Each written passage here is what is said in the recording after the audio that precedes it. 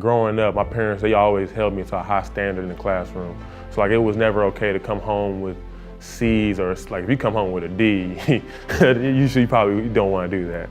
But it was, so like I kind of always held myself to high standard. I actually ended up graduating in the top 25% of my class in high school.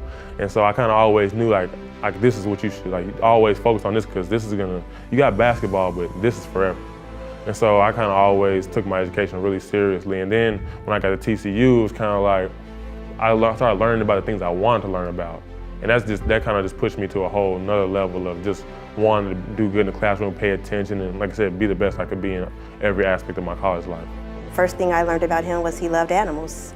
I think he showed me a picture of his dragon, and I had a cricket in my office, and I wanted it killed, but Brandon picked it up and took it out and released it to the wild. So that right there showed me he had a good heart and was, focused on his academics, and he's all around a good kid. My first interaction with Brandon really in any sort of meaningful way was in South Africa when they arrived. I didn't know Brandon very well before we went, but I had heard a lot about him, obviously his athletic skill, but I'd also heard a lot about him through a colleague of mine and his passion for animals and for wildlife.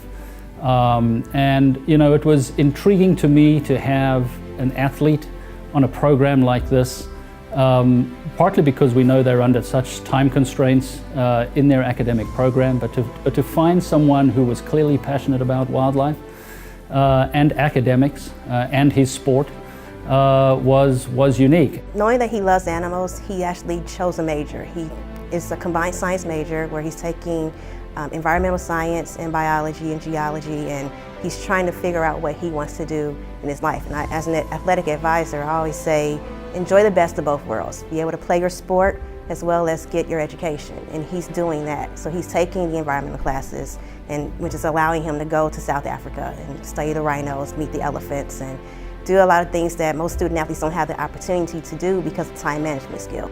My dream, this might sound a little crazy, my dream is to be the next crocodile hunter. So if I could be Steve Irwin Jr., that would be, my life purpose is fulfilled. But really, I really just want to tell people what animals really are like.